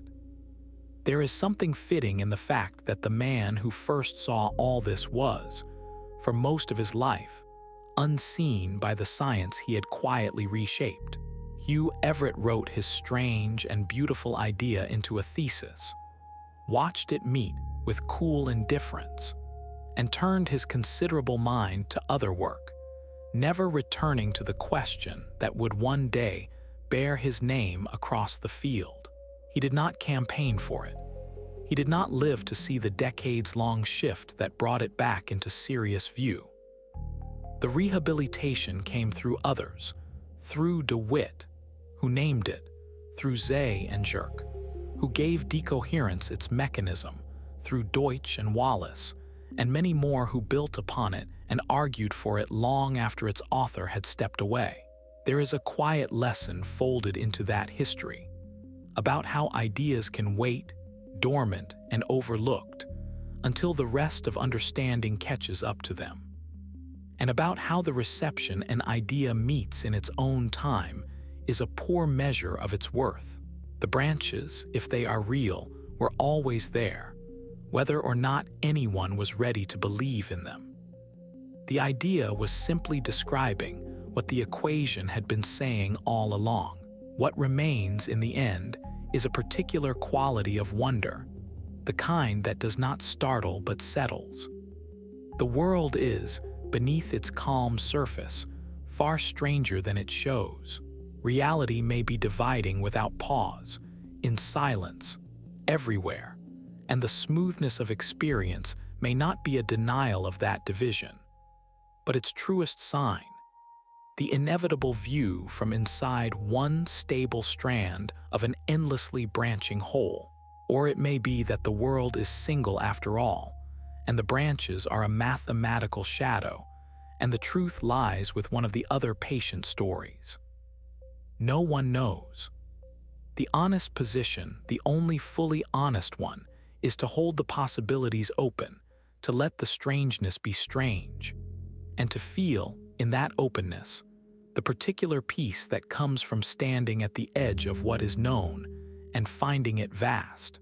A few quiet clarifications help to keep the picture honest, for the popular image of many worlds has gathered some misunderstandings around it, and clearing them away makes the idea both stranger and more reasonable than the cartoon suggests. The first concerns the word splitting itself. It is tempting to picture the branching as a sudden snap, a clean instant where one world becomes two, like a single cell dividing. But there is no such crisp moment in mathematics. The branching is continuous, gradual, and a smooth process of growing separation, as decoherence does its work over a span of time, however brief. There is no sharp click of division, no precise instant that could be marked as the moment of the split. The branches ease apart, like two notes slowly drifting out of unison, and at no single point does one become two in any exact sense. The language of splitting is a convenience, a way of speaking about a process that is really seamless. The second misunderstanding concerns substance, and it troubles many who first meet the idea. If the world is constantly dividing into branches, where does the extra matter come from? Does the universe somehow create new stars, new planets, new copies of everything out of nothing with each division? The answer within the theory is no, and the confusion comes from thinking of the branches as separate physical things added to the world. They are not. They are strands within a single wave function, and that one wave function was always there, always containing all of it. The branching does not manufacture new stuff. It is the dividing of one mathematical object along its internal seams, not the multiplying of physical matter. The energy of any one branch is conserved, perfectly ordinary, exactly what it has always been. Nothing is created. The single wave function simply has more structure than the eye can see. And what looks like the birth of new worlds is only the revealing of distinctions that the equation already holds. The third concerns the word world itself, which carries more drama than the physics intends. The branches are not separate universes floating in some larger space, not other planets reachable by some imagined craft, not parallel dimensions in the sense the phrase has taken on in stories. They are aspects of this one reality, this one wave function, distinguished only by which outcomes they contain, separated not by any distance, but by the loss of any possibility of influence between them. To call them worlds is to reach for the nearest word, and the word brings with it pictures that mislead. A better feeling for them might come from thinking of music, of a single rich chord that contains many notes at once, each note complete, none of them in a different place than the others, all of them present together in the one sound, distinguishable yet unified. The branches are something like the notes within the chord of the wave function, and the chord is the only thing that is truly there. Carry the thought forward now into the deep future of the cosmos, for the branching, if it is real, does not end with the present age of stars. The universe is expanding, and the expansion appears to be quickening, driven by something not understood, a faint, pervasive influence given the placeholder name of dark energy, whose true nature remains among the largest open questions in all of science, and which may yet turn out to be something quite different from current guesses. Whatever it is, its effect is to carry the galaxies ever farther apart, and over spans of time that dwarf the present age of the universe many times over, the sky will slowly empty. The stars will burn through their fuel and fade. New stars will form more and more rarely, until the last of them flickers out, and the long cold settles in. And through all of that immense darkening, if the branching is real, it will continue, finer than ever and just as silent, in the slow decay of matter and the faint quantum stirrings of an emptying cosmos. The tree of branches does not need stars to grow. It needs only quantum events, and those will continue, sparse and quiet, long after the last light has gone. The abundance outlasts the brightness. The dividing goes on into the dark. There is a stillness that comes from holding all of this at once, and it is a stillness worth resting in. The smallness of a single life against the scale of the branching cosmos is not a diminishment, but a release. The mind, so used to gripping its one path tightly, to weighing each turn as though everything hung upon it, can loosen its hold a little in the presence of a picture where every path is somewhere walked, where nothing possible is ever wholly lost, where the universe in its great silence keeps far more than it ever shows. Whether or not the picture is true, the contemplation of it has a quieting effect, the same effect that comes from lying back and looking up at a clear dark sky, and feeling the day's urgencies shrink to their proper size beneath the slow turning of the stars. The cosmos does not hurry. It has all the time there is, and the branches, dividing in their endless silence, are in no rush either. They simply continue, as they always have, as they always will, indifferent and vast and calm. The dark itself takes on a different character in the light of these ideas, or rather in their absence of light. The darkness between the stars, which can seem like emptiness, like the mere lack of things, is in this picture brimming with structure, threaded through with branches, alive with the silent dividing of the wave function in every cubic span of space. The void is not empty. It is full of possibility, full of the quiet machinery of decoherence drawing its seams through the vacuum, full of all the branches no eye will ever see.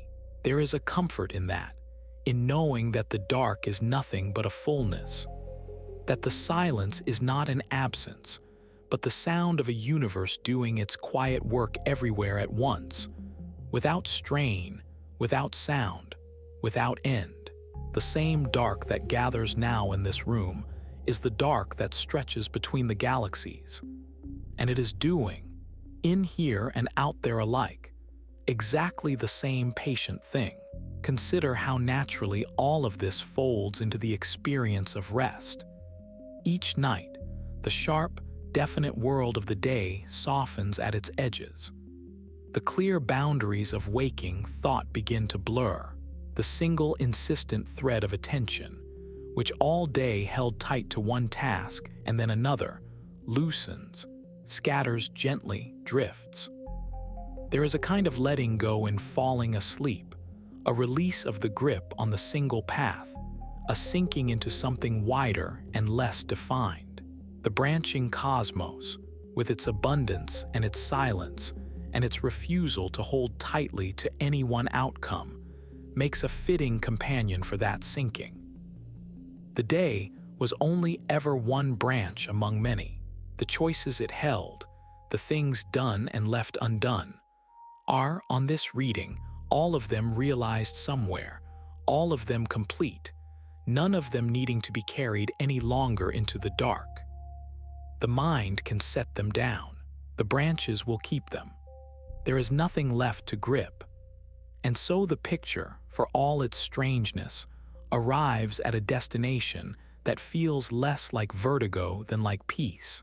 The world is vast beyond reckoning, dividing endlessly in perfect quiet, keeping everything, sparing nothing, indifferent and complete. The single thread of awareness rides its one stable branch, smoothly, all the way through, never seeing the others, never needing to. The night turns slowly overhead, as it has turned for billions of years and will turn for billions more, through the long bright age of stars and into the long dark age that follows, the branching continuing all the while, finer than thought, quieter than breath. There is nothing to fear in any of it. There is only the slow turning, the deep silence, the patient dark, and the quiet certainty that whatever this moment is, whatever branch it belongs to, it is real, and it is enough, and it is here.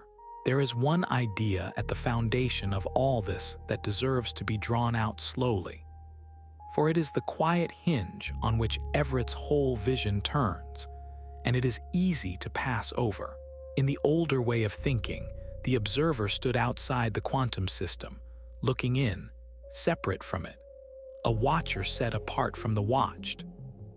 The wave function described the small thing on the table, and the scientist who measured it was somewhere else, in the ordinary world, not part of the wave at all. It was this separation that allowed the talk of collapse, the idea that when the outside watcher looked, the inside system resolved. Everett's deep move was to erase that separation entirely. The observer, he insisted, is not outside the quantum world. The observer is made of the same atoms, governed by the same equation, woven into the same wave function as everything else. There is no external vantage, no place to stand apart from the wave and watch it collapse. The watcher is inside the very thing being described. Once that is accepted, collapse loses its footing, because there is no longer any outside from which it could be triggered. The measuring device is part of the wave. The scientist reading the device is part of the wave. The whole laboratory, the whole planet, the whole cosmos, all of it is one single wave function evolving smoothly together, with no privileged observer standing beyond it to make it choose. And if the observer is inside the wave, then when the wave branches, the observer branches with it, having no choice in the matter, being simply one more pattern within the spreading whole. This is why the many worlds picture can do away with collapse altogether. It refuses the old separation. It places the mind firmly inside the physics, subject to the same rules as a stone or a star, and it follows the consequences without flinching. The universe is not a stage with observers seated in front of it. The observers are written into the play, characters in the same script as the scenery, and the script is the one smooth equation, branching as it goes. The thread that weaves all of this together, the actual mechanism by which a small event spreads into a whole branching world, is the strange relationship called entanglement. When two quantum systems interact, their possibilities become linked, so that they can no longer be described separately, only together, as a single combined state. The atom that might have decayed becomes entangled with the mechanism with the cat with the air of the chamber, the air with the walls with the room with the light leaking out into the wider world. Entanglement is the spreading of the branching, the way a single quantum seam propagates outward and draws ever larger swaths of the world into its two strands. It is fast, and it is relentless, and it is the reason the branches grow to encompass entire worlds rather than staying confined to a single particle. One event entangles with its surroundings, and those surroundings with theirs, and in a span too short to measure, the division has reached from a single atom out to everything within reach of its influence. The branch does not stay small. Through entanglement, it swells to fill a cosmos, silently, in an instant, each strand complete. And here is the gentle paradox at the center of it all.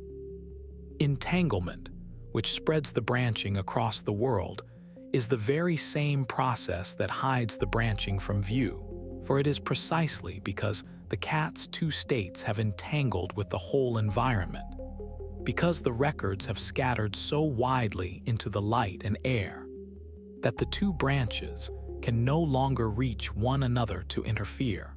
The spreading of the branch is also the sealing of it.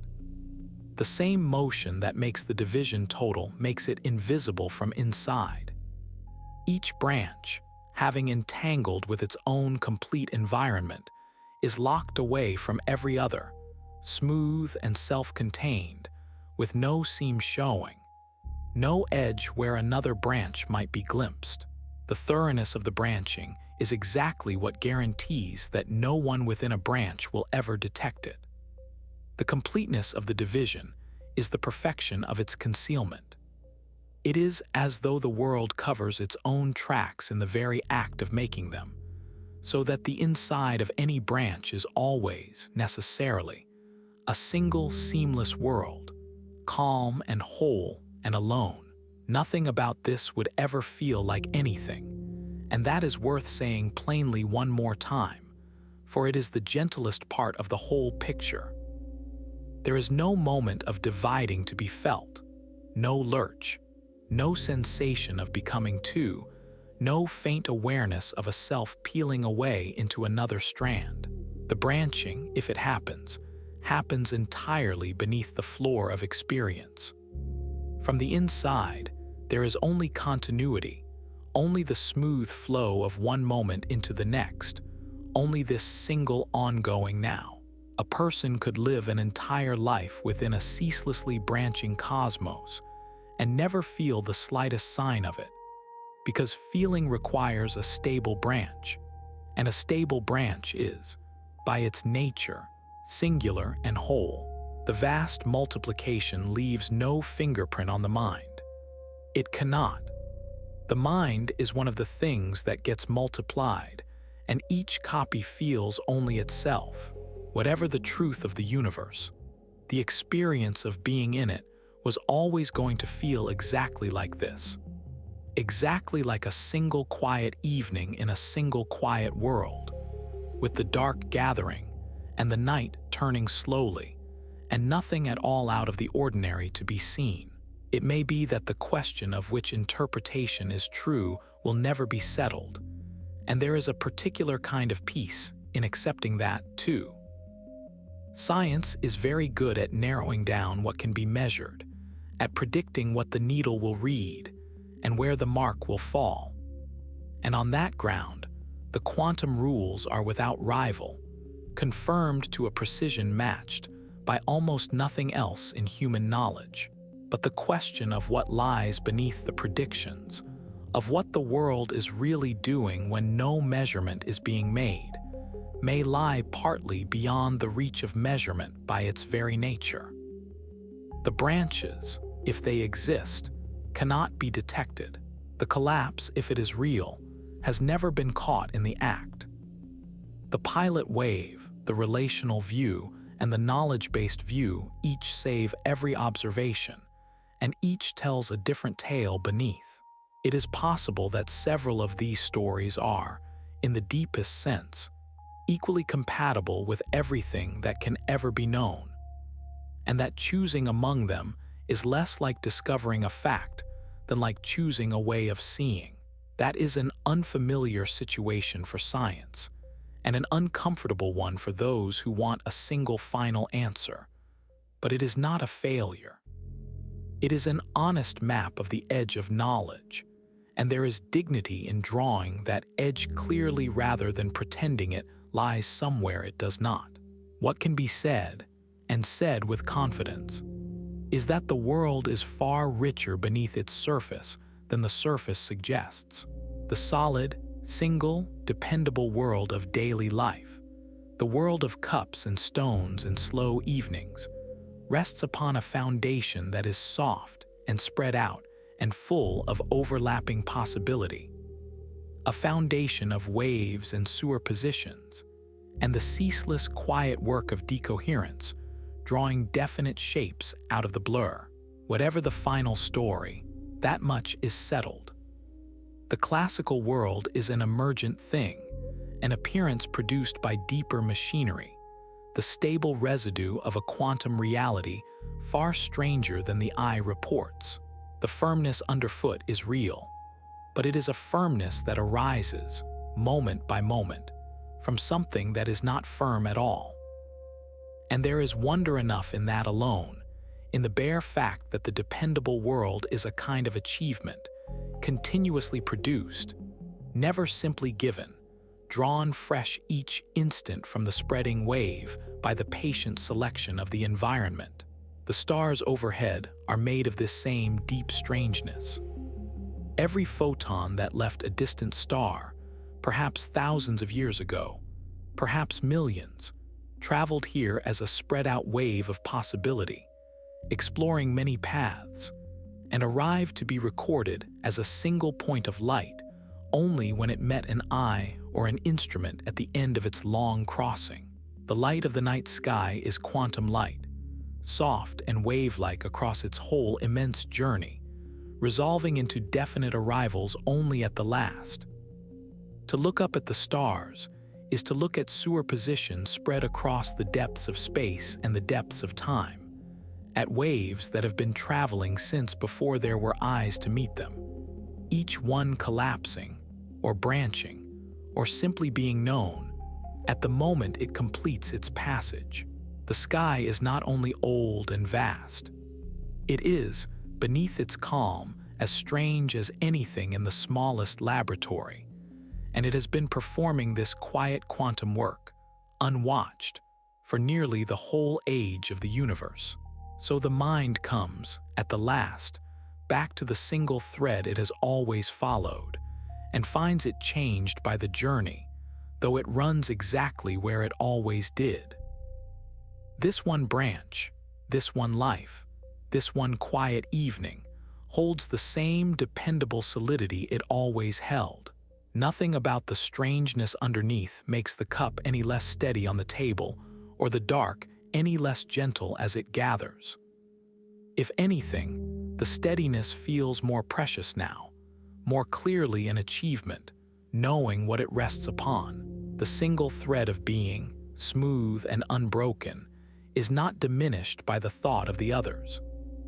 It is simply seen for what it perhaps always was, one path drawn through a structure too large to perceive, complete in itself, sufficient unto itself, asking nothing of the branches it cannot reach, and the road not taken, wherever it leads somewhere real, walked by someone real, who is no less the heir of this shared past than the one who rests here now.